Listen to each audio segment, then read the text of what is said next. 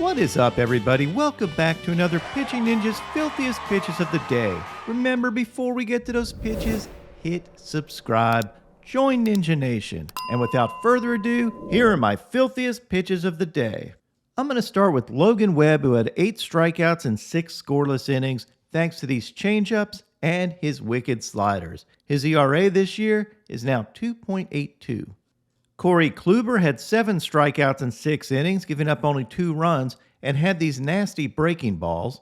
One of the strange quirks I love about Corey Kluber is his sheriff stare and nod before each pitch.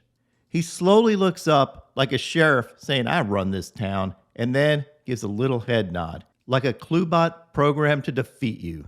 Speaking of pitchers with interesting mannerisms, Luis Garcia had 7 strikeouts and 6 innings, giving up only 1 run and 1 hit, thanks to his cutters and his fastballs and his salsa windup. Chris Sale was back in the major leagues, and he looked really good. He had 5 strikeouts and 5 scoreless innings, thanks to his trademark slider and his fastball. He came up short on my prediction of 7 strikeouts, but all my pitchers did yesterday. Just a bad day for me. But it was still a very good day for Chris Sale, and he looks to be able to contribute to that Red Sox rotation.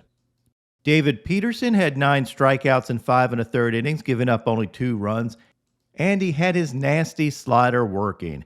He has a 48.4% whiff rate on this slider, and hitters are only hitting 154 against it, and you can see why. Peterson went up against Spencer Strider, who was electric again with 8 strikeouts and 4 2/3 innings, but he definitely had to work for it because the Mets had some really good at-bats. It's fun to watch pitchers in games like this because they have to dig deep. He had his 100-mile-an-hour fastball working, his slider was filthy, and had a nasty changeup. I did this overlay of his changeup and slider so you can see how they work together. The slider starts off the plate and ends up catching the zone, while that changeup runs away. Jordan Hicks started yesterday, and you might remember Spencer Strider held the record for the fastest pitch in the StatCast era by a starter. Well, Jordan Hicks broke it.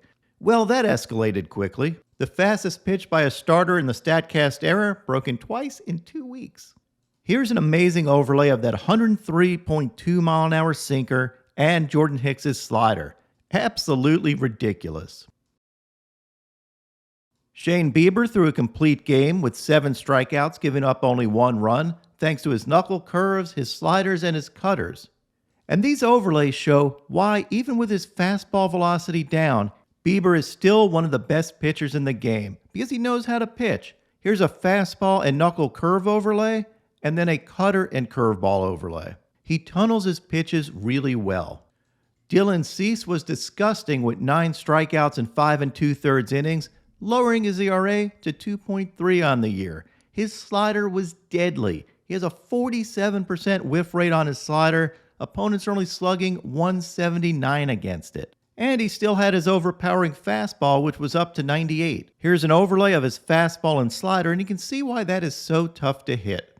Speaking of tough to hit, Gerrit Cole had 11 Ks and 7 scoreless innings, thanks to his overpowering fastball, wicked slider, and nasty knuckle curves. Amazingly, Cole threw 101 miles an hour on his 113th pitch. When Cole is on, he simply bullies hitters. But my filthiest pitcher of the day was Jose Berrios.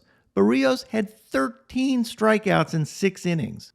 And look at this absolute filth. His curveball was breaking up to 20 inches horizontally, and his sinkers running up to 22 inches arm side. And his changeup was also really good this game. To show how ridiculous Jose Berrios' stuff is, here's an overlay of a sinker that ran 20 inches and a curveball that broke 17 inches.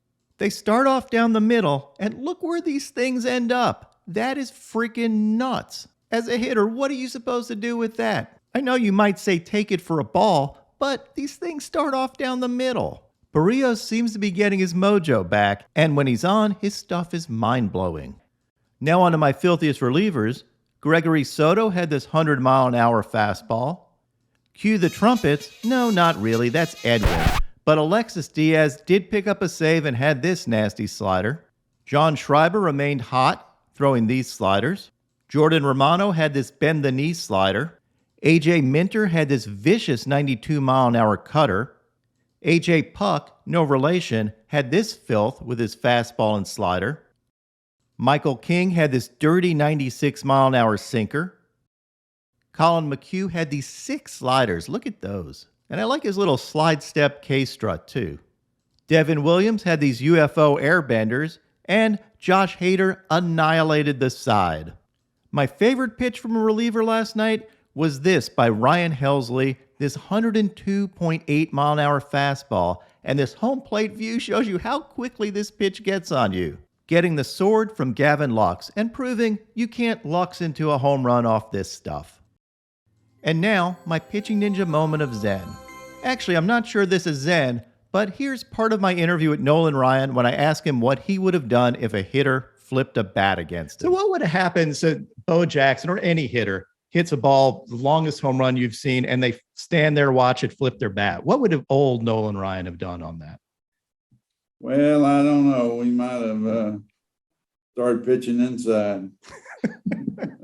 It's no surprise. Nolan is a little old school.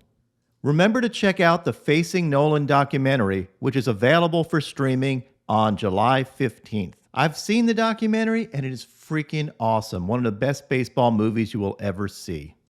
What is up, Ninja Nation? My picks of the day today are for Zach Wheeler to have 8 strikeouts or more, and for Luis Severino to have 8 strikeouts or more. Here's the current lines on those. Who would be your picks of the day?